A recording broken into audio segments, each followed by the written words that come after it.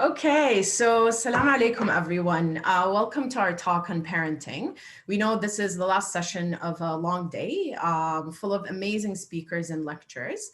And thank you for concluding this day with us. And we are really excited to have you here.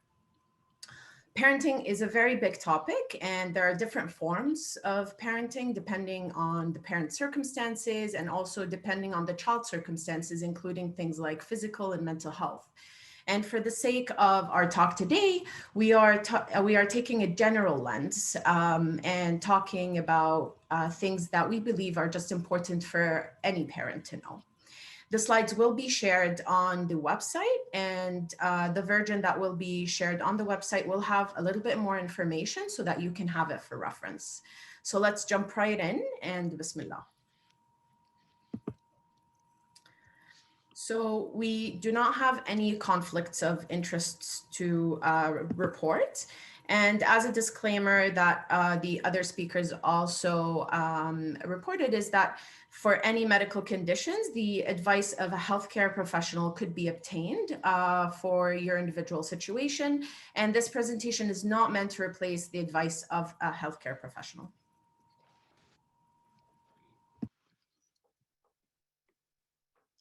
So we're not going to go through the objectives. Mariam just went through them, and inshallah we'll begin with the first one, the parenting styles.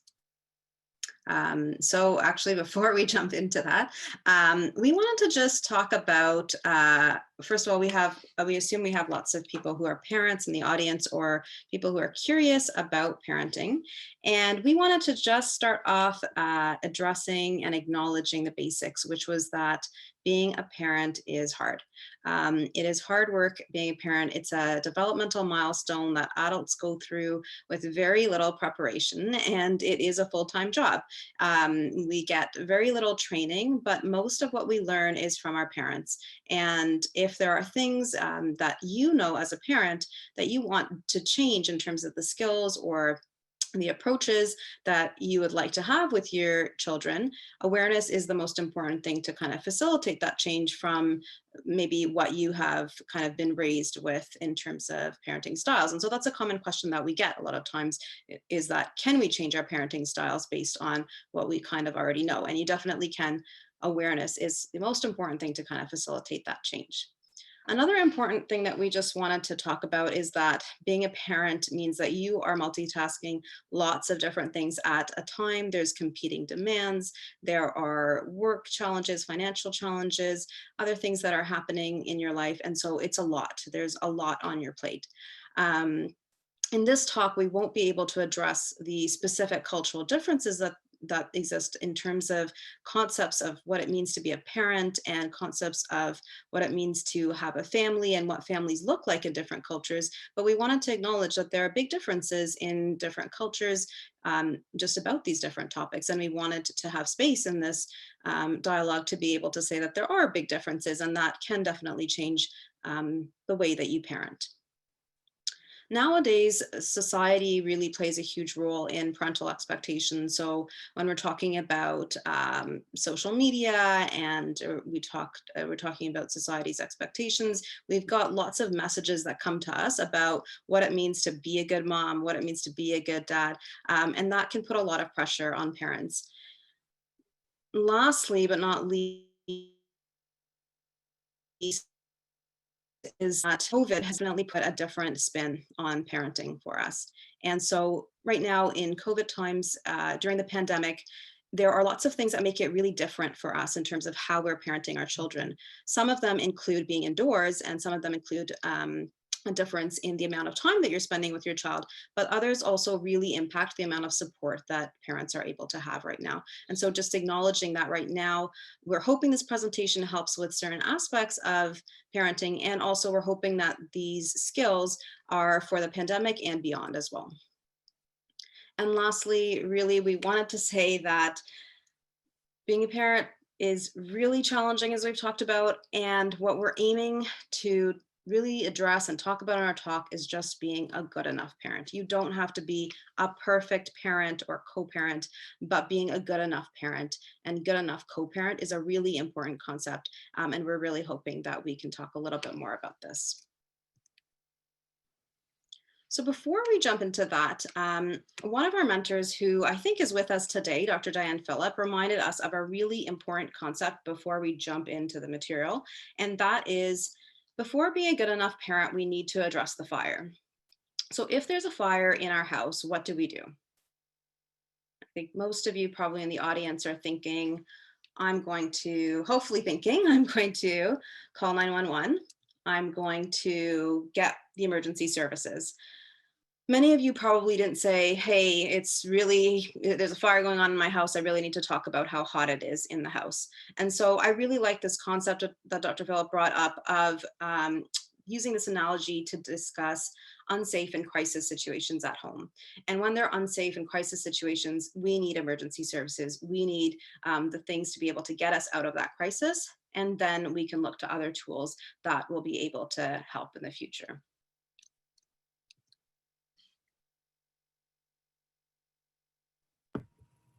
So looking at parenting from an Islamic perspective, we can refer to Quran and we can refer to Hadith as our main sources of information in Islam.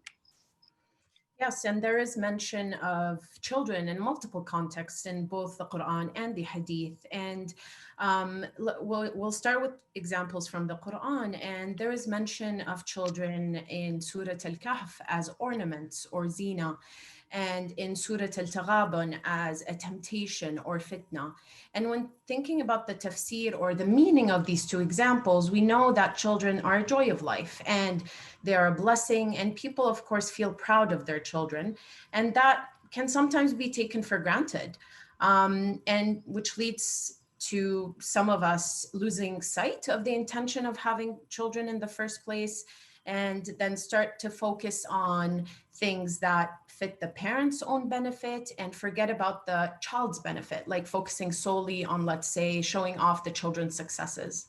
Allah mentions wealth and children together many times in the Quran, because both wealth and children are tests to us to see how we deal with this blessing. And we should always keep check on ourselves to revisit our intentions. And it's also our responsibility to give them the guidance and instill in them the Islamic values of kindness, love, hope, closeness to Allah subhanahu wa ta'ala. So for example, let's say you're really excited when you had your child that you wanted your child to be Hafiz Quran or a Quran memorizer at a young age. So because this would bring them closer to Allah. And with time, you start focusing more on the child memorizing, and you kind of bragging about your child being a Hafiz Quran, rather than focusing on what the child wants or what the child needs. And the same can be said as in things that have to do with, let's say, sports or academia and different things in life. And Arfina will now talk to us about Hadith. Yeah, so I mean, those are really important points about the Quran. And in Hadith, we know that there's lots of authentically narrated stories about the Prophet ﷺ's relationship with children. And one aspect is that Islam and children are called trusts or amanas. And these are trusts or amanas that Allah subhanahu wa ta'ala bestows on us. And so what does that mean to have a trust bestowed on you? And when we kind of just think about that and we reflect on it, we can kind of think about the amount of responsibility that puts on a parent and the amount of power that also puts the parent. And so a lot of times we hear in the Muslim community, parents talk about their rights over their children. And they talk a lot about the respect that children need to give parents. And so one of the really important concepts is that children actually have a large amount of rights over their parents. And this is the beauty of our religion, subhanAllah, that our religion actually points out these places where we need to be fair and equitable and take the perspectives of both. And so this is a really important concept because sometimes it gets kind of missed in conversations. I also wanted to just talk a little bit about the examples that we see in Hadith about the interactions of the Prophet ﷺ. And we've listed a few here on the slide for your reference. We won't go through all of them, but one beautiful example is the Prophet ﷺ, upon hearing a child crying, he actually shortened the prayer, knowing that the cries of the child would impact the mom who was in her prayer. And so one of the things that's really beautiful about this is that the Prophet ﷺ was able to understand and also appreciate that both the mom had her needs, and that would distract her from the salah, and that the child had needs as well. And he actually changed the fard salah and shortened it in order to ensure that he was both supporting the mom and that he was supporting the child. We also know that the Prophet ﷺ talks about, we also know the Prophet ﷺ has said that the best of you is the one who is best to your families. And these sayings and narrations of the Prophet ﷺ and his actions really demonstrate some really key core concepts: playfulness, kindness, mercy, being respectful and loving are really the essentials to providing a nurturing kind of environment to your child. And as Muslims, as we consider the Prophet ﷺ our role model, and we consider him our role model in every aspect of our life, it is really beautiful to know that he is described by Anas ibn Malik as, "I never saw anyone who is more compassionate towards children than the Prophet ﷺ." And so with that, we just wanted to leave you with some of these reflections about the way Islam is talked about, the way children are talked about in Islam.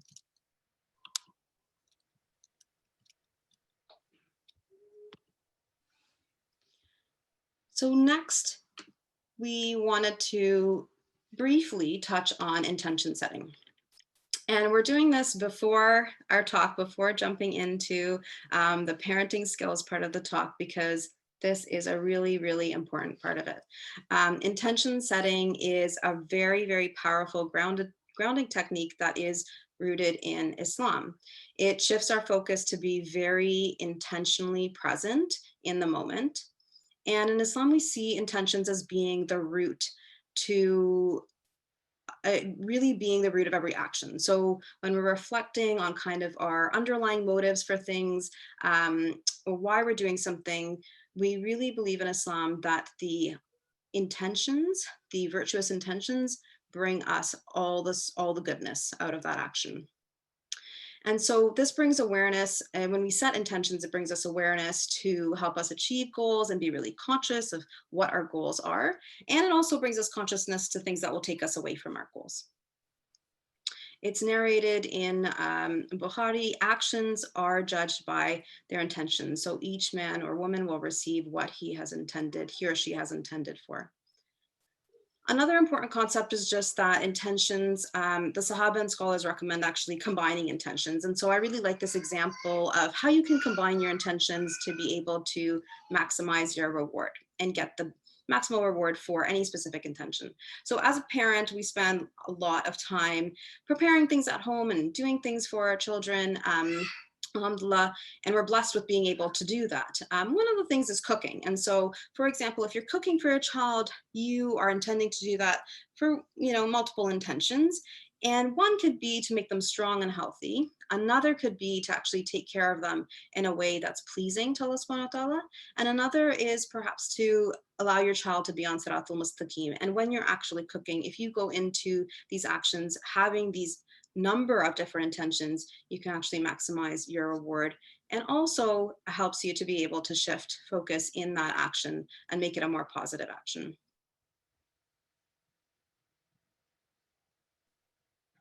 So actions we've kind of put here on the slide, just starting off in parenthood and at any time during your parenting journey, is to spend a few moments thinking about what type of parent you want to be, what type of co-parent you want to be, what type of relationship you want with your child. And a really important one is, what type of adult do you want your child to grow up to be? Thank you, Arfine. And just to comment on co-parenting, co-parenting means the co-parent as a team, so the two parents. So in a two-parent household, that is a co-parent. So kind of reflecting on that is important. And in terms of, now we're going to go into the parenting styles and their outcomes. And this is Baumrand's parenting styles.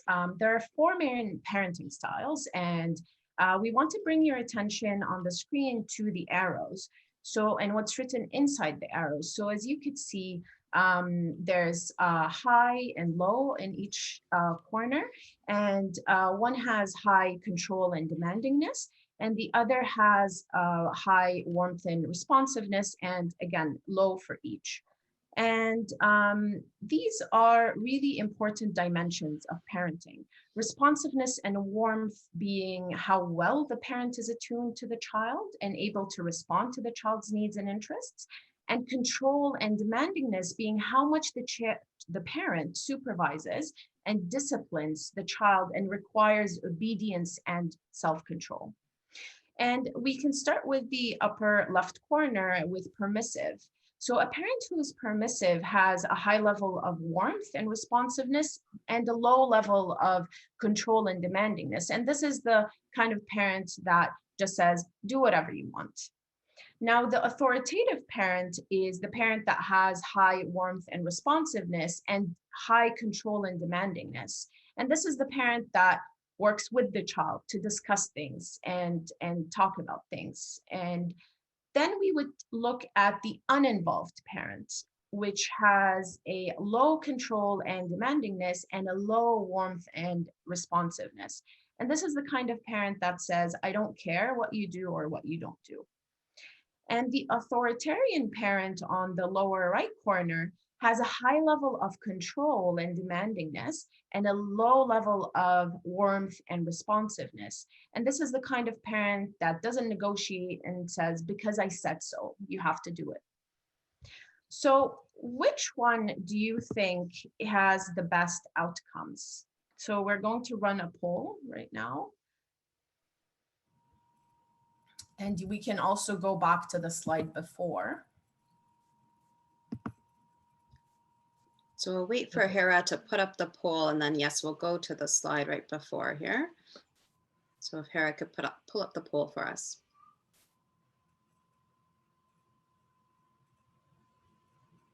Oops. Oh.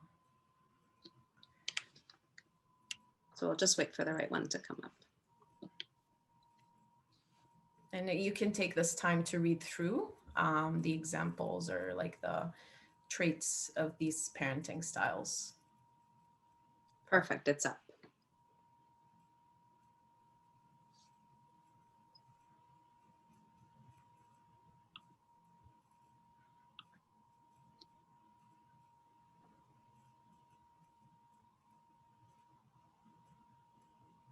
Okay, that should be good. So we can see the results now. Authoritative, exactly. So we have 88%, and we've got 6% for permissive and none for uninvolved. Okay, good. So, it is the authoritative parent who has both high responsiveness and warmth and also high control and demandingness, because we know that having a balance between those two dimensions is very important. Now, let's say we would have to choose from the other three as a kind of second liner, and it would be actually the permissive parent with low control and demandingness, but high warmth and responsiveness. And this tells us about the importance of warmth and affection from parents towards their children. So it's much better to be permissive than to be uninvolved or authoritarian.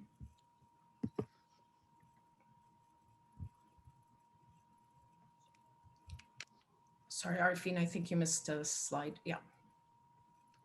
And so just as we're talking about that, people ask what the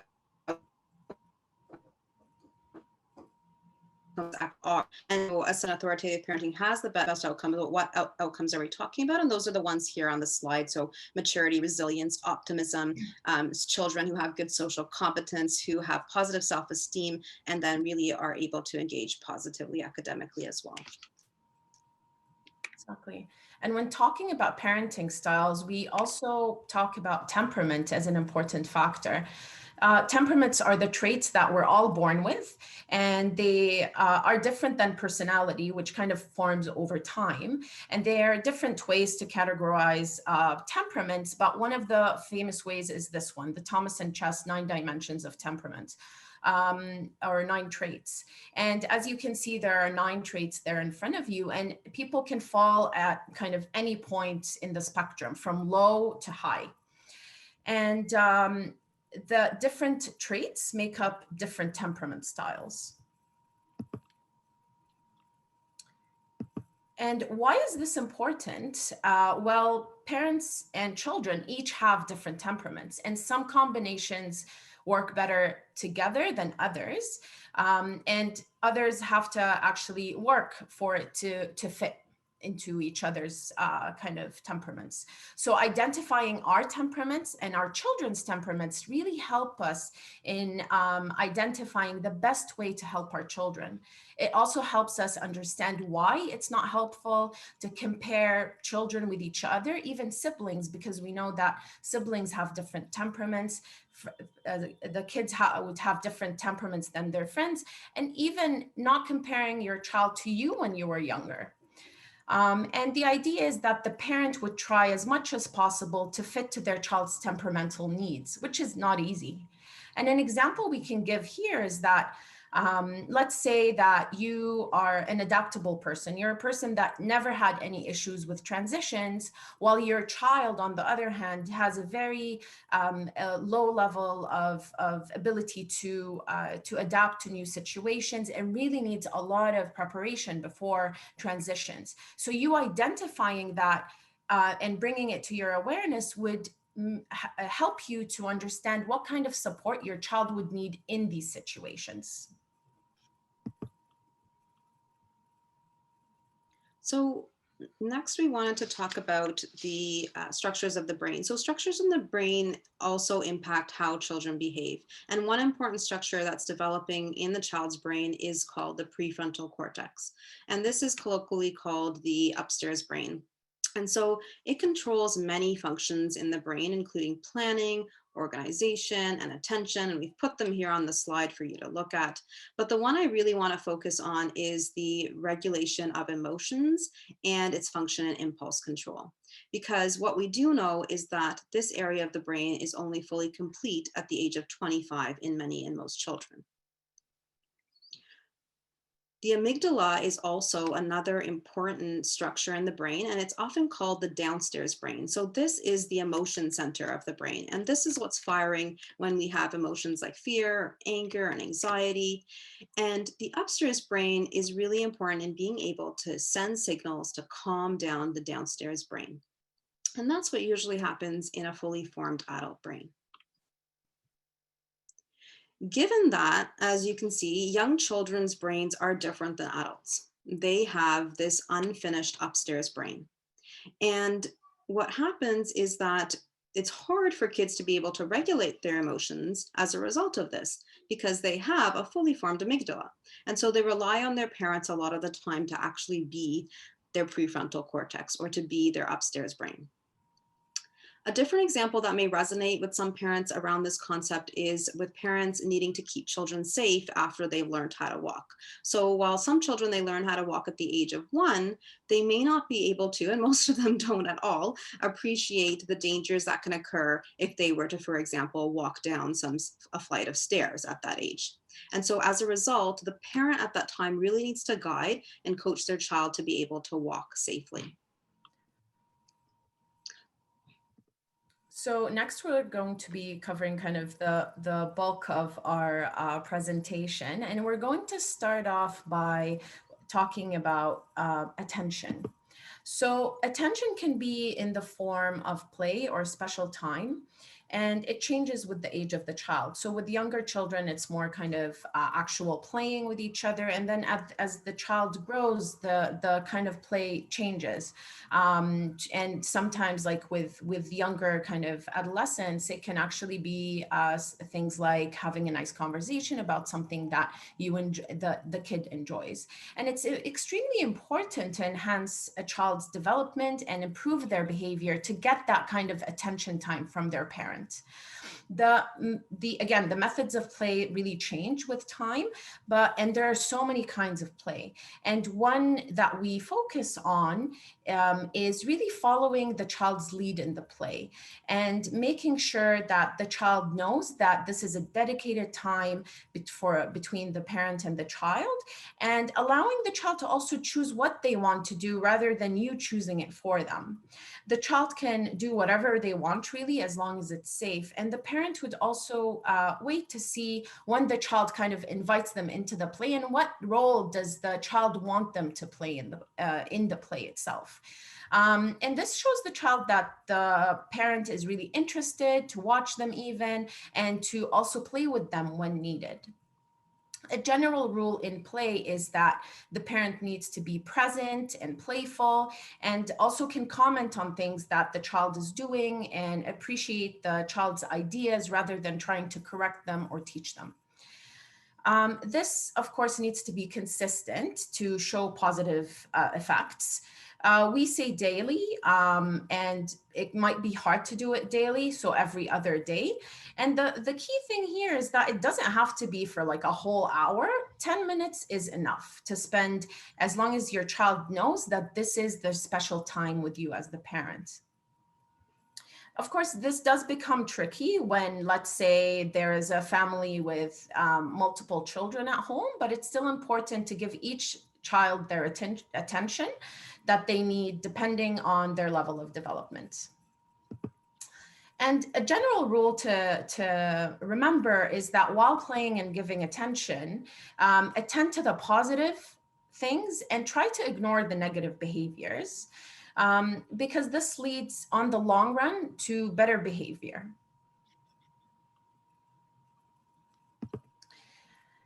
Praise is a skill that is very important to practice as a parent, since it increases the child's self-esteem and confidence. And there is a very subtle difference between praise and encouraging. Both are very important, and both are ways to improve, to motivate children. So praise usually comes after the positive behavior happens, and encouragement usually comes during the action or behavior.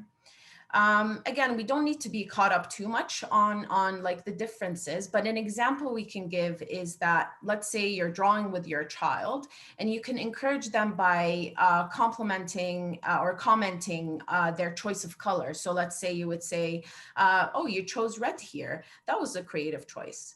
And praise would be, after the drawing is done, you would say, oh, wow, that is a great drawing. You were really able to sit patiently with the whole drawing and color it too. That's amazing. And praise does not come naturally. It does need to be practiced and modeled. And there is a misconception that praise will spoil children. Well, that's not the case at all. And praising doesn't have to be to the big things. It can be to the simple and small things, and even attempts at doing things. And because praise is very important, we're going to tell you kind of tips around how to give praise. So praise has to come immediately after something that positive that you've seen. And also being specific and descriptive about what you are praising.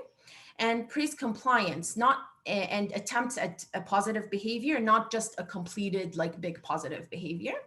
And also give praise enthusiastically, but also genuinely. Try to combine praise with physical attention, such as a hug or a caress. And avoid combining praise with criticism, because it just will erase it all. So an example I like to give to parents is that, imagine that praise is like filling a balloon up with air. So you fill the balloon up, it's really big and nice, and then you bring a pin and just pop the balloon, and that's it. All the praise that you gave before is just gone away with that criticism. And an example for that is something like, let's say your 6-year-old child stands next to you in prayer, but did not stay till the end. So you would praise them for that attempt and say something like, I'm so proud of you for joining me in prayer today. You even did sujood. Wow, that is an amazing job. An example that we wouldn't want a parent to do is saying something like, good job, but next time you should stay until the end, because the child is unlikely to try it again because they just got the criticism, right? So also praise in front of other people if the child is comfortable with that, and model self-praise and between to yourself and also to parents.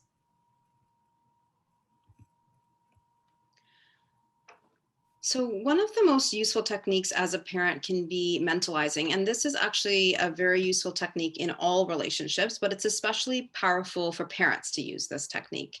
And so mentalizing is really it's really a parent trying to understand what a child could be feeling right now and why.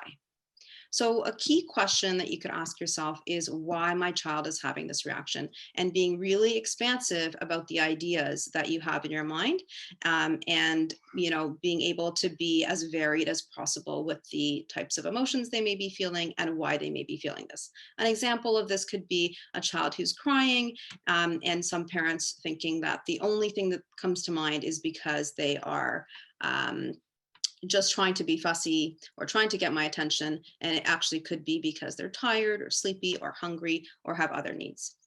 Understanding your child's temperament, what Sama talked about earlier, can be really important to give you some clues about how you can mentalize your child. And so we provided this example here, just thinking a little bit about the pandemic. So for example, right now, if you have a child who's at home and you've noticed increased behaviors at home that you would consider to be disruptive, like meltdowns or tantrums that are happening, and you're wondering why. You also might know that their temperament is to be actually quite active and social. And so you can mentalize that being away from friends and being inside and being at home has probably been really hard for them. So once you've mentalized this and you kind of have a perspective of, hey, I kind of understand what's going on for my child, what can you actually do about it? So after you mentalize, another tool is validation. And this tool should be used right after you mentalize, because you can then understand, perhaps my child is feeling this specific emotion, and you can validate that emotion. And so what is validation? So validation is something that is a really powerful parenting tool as well. It helps the kids to feel and express their emotions and be able to feel that you are recognizing and accepting their feelings in a very real and thoughtful way that's non-judgmental. And lots of times people think that validation may mean you agreeing with them about what they're feeling. And that's not the case. You don't have to agree with them and say, you're very angry, I would also be very angry, especially if that's not genuine. Like, you would not at all be very angry in this situation. You're just letting your child know that you hear them, that you hear that they are feeling this way, and that you're there to support them. And so that's what validation is about. So in this example, you may say, I bet being inside has been really hard for you because you like to be very active. And then providing them with some support. So some emotional support, saying, I just want to let you know I'm here for you to talk about, this feeling. And practical support, like what would you like to do? Or actually suggesting going out for a walk or a run, just knowing that your kid really likes to be active, and this is the thing that's really impacting them right now. So modeling is another tool that Sama will talk about later on when she talks also about coaching. And we've already talked about modeling in praise, because what we know is that while we consider ourselves as parents doing nothing at home, perhaps, us doing nothing is actually modeling something to our child, right? And so they're picking up on everything that you're teaching them. They're little sponges. And so really, when you model different emotions and different behaviors, your child picks up on those same things. So if you respect your children, they are more likely to respect you. If you respect those around you, your child is more likely also to follow suit. A question that we're often asked is, at what age can you be providing kids with lots of words and rationale for things? And, sometimes we see parents who, if a child is going to the stove and they're worried about them burning themselves, they'll pull the kid's hand away, or they'll shout no really loudly because they're trying to protect their child. But a really important concept is actually giving your child rationale and explaining things. And so one of those things would be to actually say, I'm really worried that you might get burnt from the stove. You might get an ouchie, and that's why I'm telling you not to touch the stove. And while it may seem like a really small thing, you're preparing them and you're providing them with the tools so that they can articulate their emotions and their thoughts and their feelings in words, rather than just shouting something like no or pulling their hand away. The last piece about modeling, but certainly not the least in this context of this Islamic conference, is that a lot of parents, they want to know how they can positively impact their children and their connection with Allah subhanahu wa ta'ala. And really the important part here is that, let your actions as a parent really reflect the value that spirituality holds for you in your life. And so if your child sees that you use prayer or you use spiritual tools in coping, they're also more likely to do the same. And so really the modeling is really key in terms of what the connection is that you have with Allah subhanahu wa ta'ala, and also how you're able to reflect some of the things that you use as coping tools and the positive impact that those may have on you.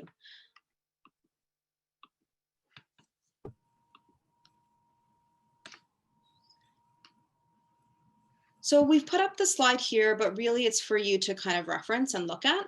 Just a note for parents that screen time does impact your relationship with your child. And there have been studies that basically look at parents and how them being absorbed in mobile devices tends to impact their relationship with children.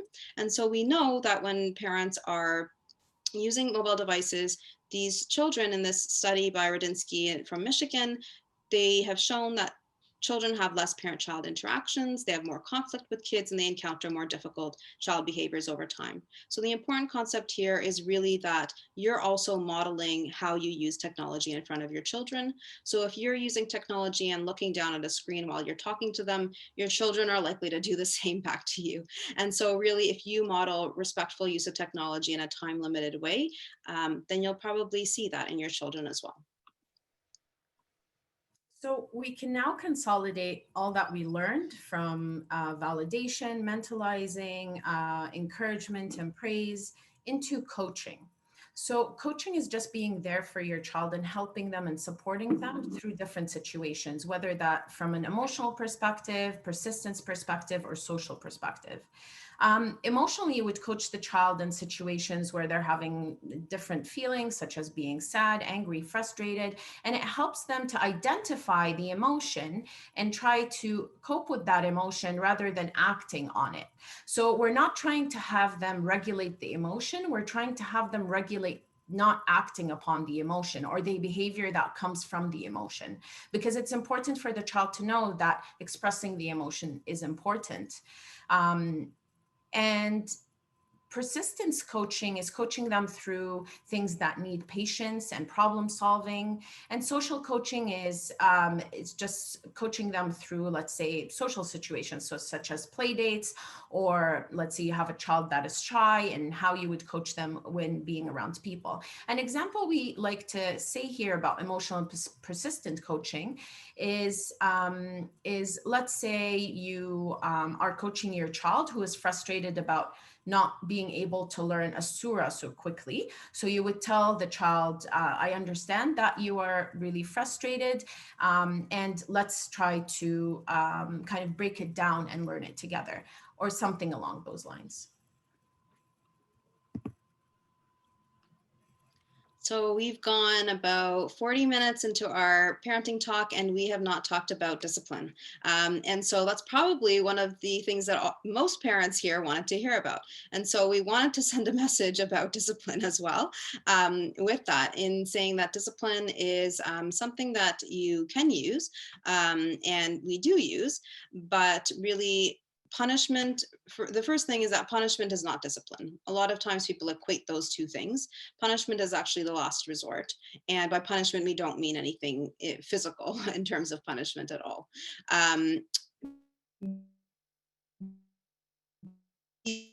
Behavior should respond to quick you are going to discipline.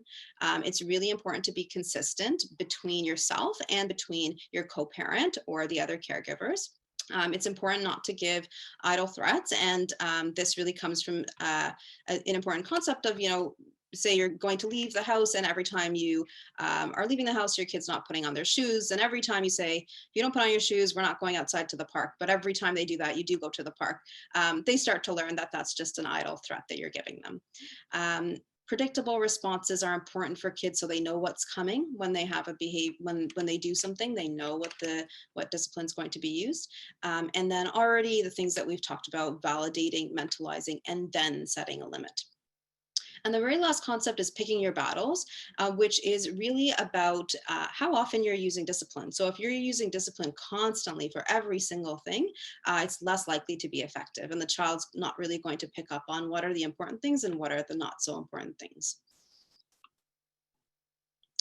We also wanted to put in Dr. Diane Phillip, one of our mentors, slides here because she beautifully laid out discipline by age. And this is a really nice slide for you guys to reference.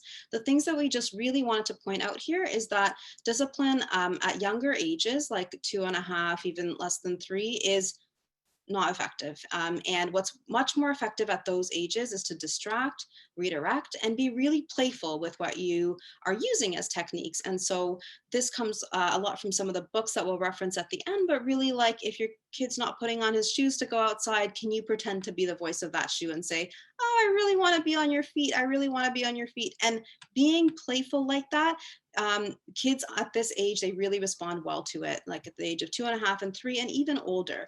And it's a really nice playful way of getting them to do both what you need them to and also avoiding kind of harsh discipline methods. And then, as you can see, time-ins are used all across the board, and I'll turn it over to Sumit to talk a little bit about time-ins. So these are the common kind of discipline techniques that parents often use, and we hear timeout being used a lot. So we are going to start with time-ins because, as you saw, like, it's one of the more kind of preferred method. And time-ins is really kind of having time in with your child and being there for them. And it can be used in 2 different ways. So it can be used in a preventable way. So let's say you notice that your child is acting up more, having more problematic behaviors. So you try to really increase the one-on-one time with your child. And this is a method to prevent the meltdowns from happening and prevent the tantrums. And you can use during that time things like all the skills that we already talked about, like validation. And this really helps the problematic behavior to decrease over time. And the other way to use time-in is really when your child is upset or starting to get upset, you can validate how they're feeling and then go close to them and offer to try to comfort them by caressing them or hugging them, but only if the child allows you to, because we know that some children would not want you to touch them, even as a parent, when they're upset.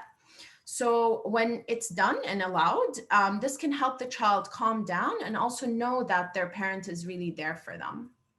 Now, the second one is timeouts. And for the sake of time, I'm going to focus on 3 points for timeouts. Timeouts need to be done in the right way to be effective. So they need to be reserved for serious, big things that are agreed upon with the child before. And like we said before, you have to pick your battles. They really lose their effectiveness if they're just done too much. So if a child has like 10 timeouts a day, that's just too much.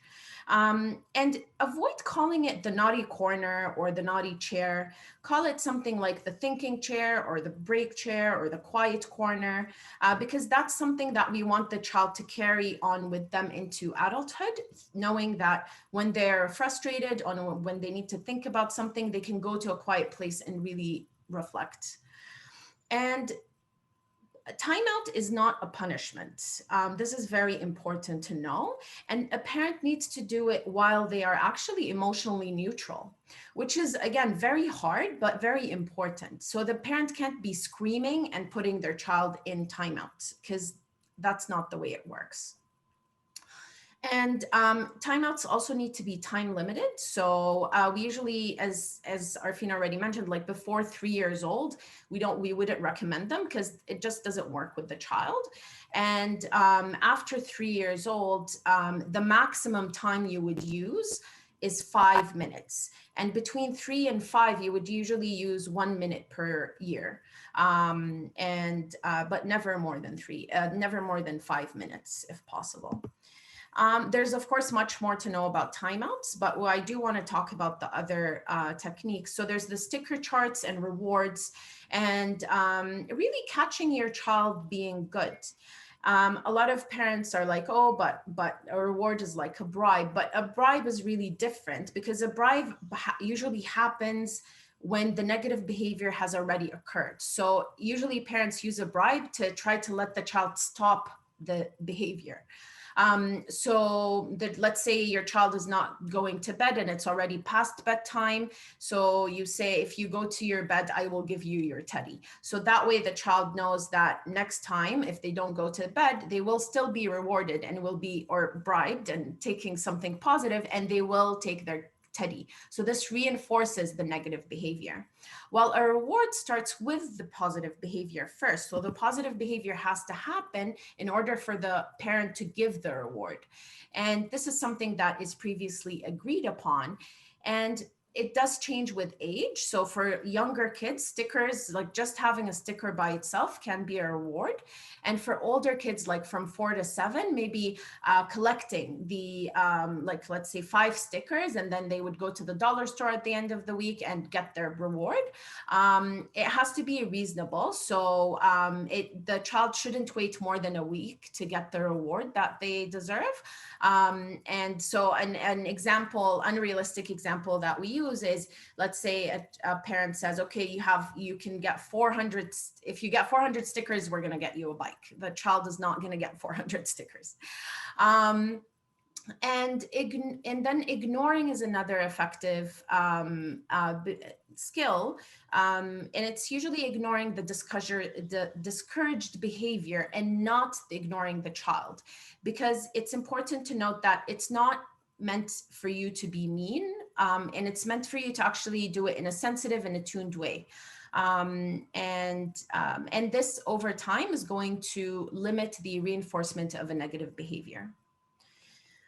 And again, ignoring should be time limited, and it's not for everyone. Not all parents kind of like to do it. So again, with all discipline techniques, you choose what works for you as a parent and for your child. Now, this is a very important slide because it lists all the things that we ask parents not to do. So not to threat to abandon the child. And this is a very common one that parents often do. So they say things like, if you don't come with me right now, I am leaving you here. And when a parent does this, like, it can be maybe effective on the short term because the child doesn't want to be left behind, but then the child quickly learns that this will not really happen, and they can get really testy with the parent and say things like, sure, leave me, what do I care? And then the parent is really stuck there. And it also teaches the child that if they are not acting properly, their parent will threaten to abandon them, or abandon them, or like in their head, which is not helpful on the long run, even for their effect on their relationships. So instead you could say something like, let's go, we're leaving, so together. And the other one is conditional love. So statements like, I won't love you if you don't do this or that. And the child really needs to know that their parent will love them no matter what. And the other thing is not to frighten the child. So not to say stories or things that will frighten the child, like about monsters or about the devil, to let them do things that you want them to do. And also not to label the child as naughty or bad boy or things like that. And instead labeling the behavior itself. So, and then of course, physical discipline. A lot of people say that physical discipline works, like, let's say a tap or a slap on the hand, because when the child is misbehaving, because the child ends up stopping what they're doing. But the issue with that is that physical discipline is hurtful, first of all, especially if it's like a slap. And there are long-term implications, and it sends the wrong message to the child. So it makes them, first of all, perceive their parent as unsafe, and it teaches them that they need to use the body to express their emotions rather than their words. And the parents also need to remember that when their child gets older and stronger, the parent will no longer be able to use any physical discipline because the child will just get stronger than them. If they don't have other techniques in their toolbox to discipline, that will be a big problem. And also, Prophet Muhammad sallallahu alaihi wasallam never used physical discipline with children. So we have not discussed adolescence until now, and it's a topic that will probably come up in the questions, and so we might as well address it here. But one thing we wanted to point out is that as kids get older, there's a struggle about control and about autonomy. And as parents, we look to children to demonstrate kind of increased responsibility. And so in a similar way to how we do kind of graded responses with discipline, with adolescents, we can give them this control as a reward when they demonstrate increased levels of responsibility.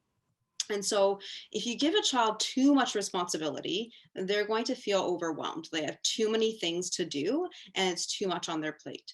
If you give them too much control, then they don't have a sense of consequences. And so there needs to be a balance between the control that you give a child and the responsibility that you put on your child. Another really important kind of thing that I always mention with parents is if you expect your children to act like adults and be responsible in certain areas, then you need to treat them like adults in other areas as well. So increase their control. We've just put this up for you to kind of look at because we do want to get to the question and answer period, but kids do things that upset parents. This is totally normal. Important to consider how you are going to regulate your emotions and look through these questions about how you regulate and how you control emotions and what emotions are really challenging for you and what supports you might need. And same thing for the self-care slide. And this is what the flight attendants usually say, like put on your oxygen mask first before assisting others, including your children.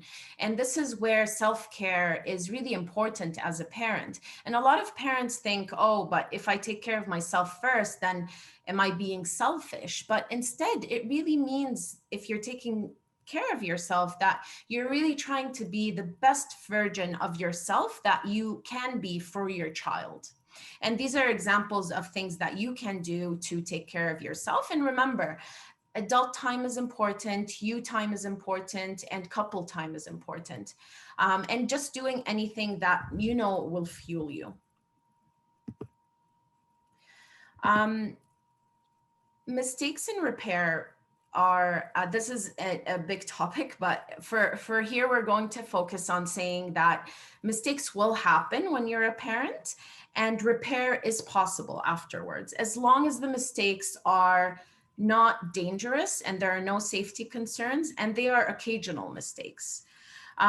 So for example, let's say after a long day at work, you have a one-off incident where you lose your temper and you scream at your child. And this scares the child. And of course, the child starts crying. So you admit to your mistake afterwards and you think about why did you have that reaction? So kind of mentalizing and to yourself even and being aware of yourself and your reactions. And was there something that you could have done to prevent such a reaction? And also mentalizing with your child and allowing you to see like how did your child feel when you screamed at them, and then possibly also apologizing to your child. And that could be a method of an opportunity to really model apologizing and admitting that that was something that you weren't supposed to do. So we will probably have a few questions that come up and we do want to address them, and maybe we'll spend a few minutes just going over 6 o'clock to do that. But you can see the conclusions here. A message that someone I really wanted to really strongly say is that there's lots of parenting skills. You'll read lots of books and lots of different methods. The ones that really, the aspects of that are really important, no matter what method you use, are to be warm and nurturing, predictable and responsive, as well as consistent with your child. And if you do these things, just as the Prophet ﷺ has really modeled for us, then you can be a good enough parent, and not a perfect parent, but a good enough parent, inshallah. And parents are we're just not perfect. So with that, we just wanted to open up to questions and maybe spend 5 to 10 minutes on them.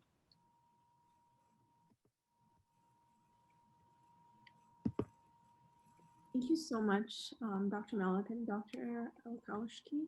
Yeah, there are a few questions. Some were left over from the last session, and some are relating to this one. So I don't know did you guys want to start maybe with the ones from this session? That would be great. Yeah. Yeah. Um, so there's a question asking about whether there are books that you guys might suggest on the subject of parenting. Uh, That's a good question. And that's why we put all the books that we recommend usually to parents and the different websites. So these are all going to be there for you on the website. And you can also take a picture of it if you want right now. There's another question asking thoughts on changing parenting styles based on the situation, or sticking to one, or being more rigid with respect to that.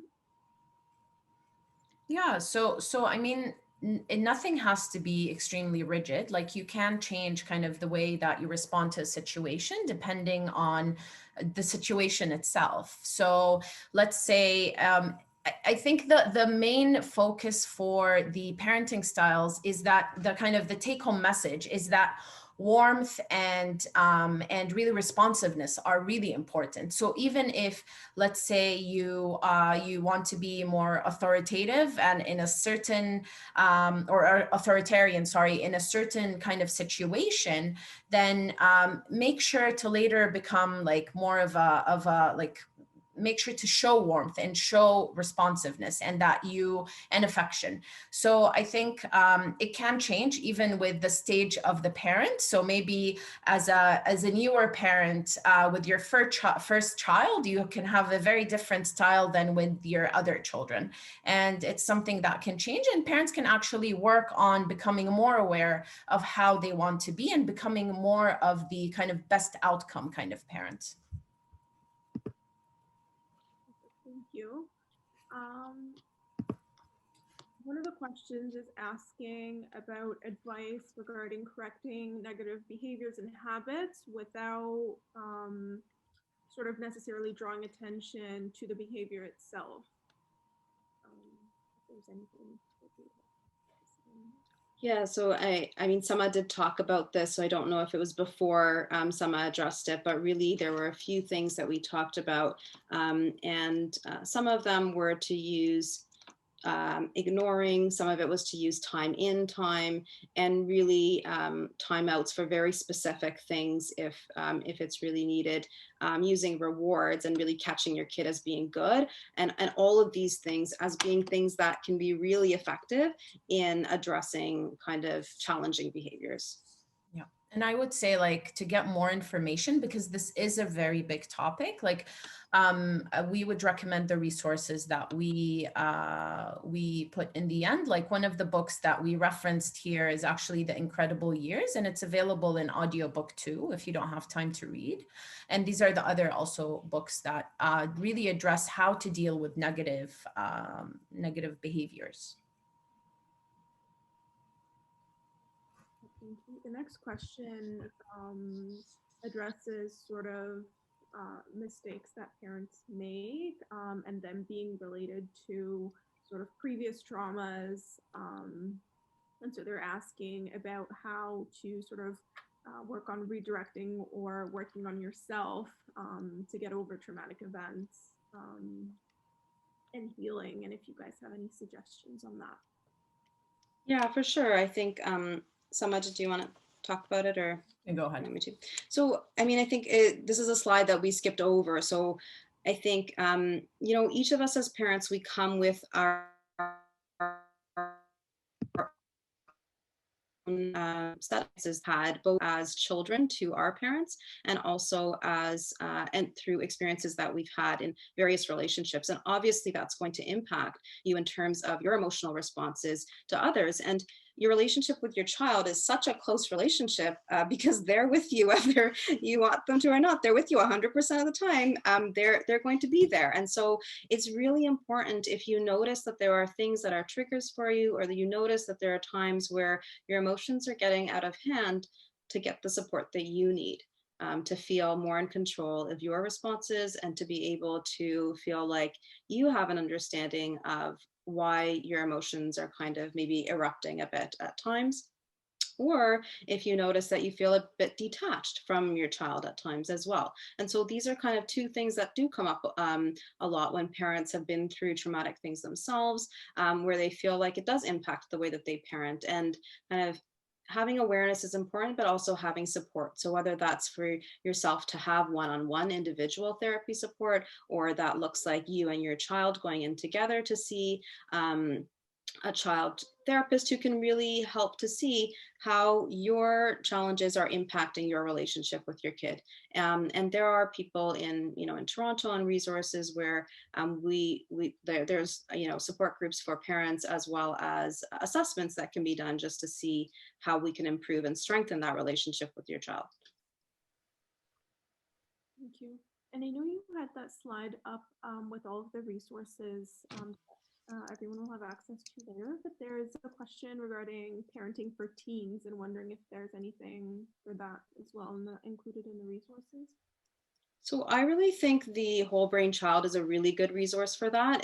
It touches a little bit on the brain development piece, as well as how to talk so kids will listen. Sama, do you have other ones that you feel are quite useful?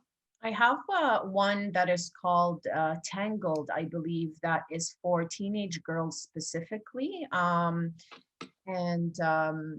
We can look into other ones that are like about just parenting teenagers in general, and we can probably add them to the slides. Perfect. Thank you so much. I think that was most of the questions related to this session specifically. I don't know if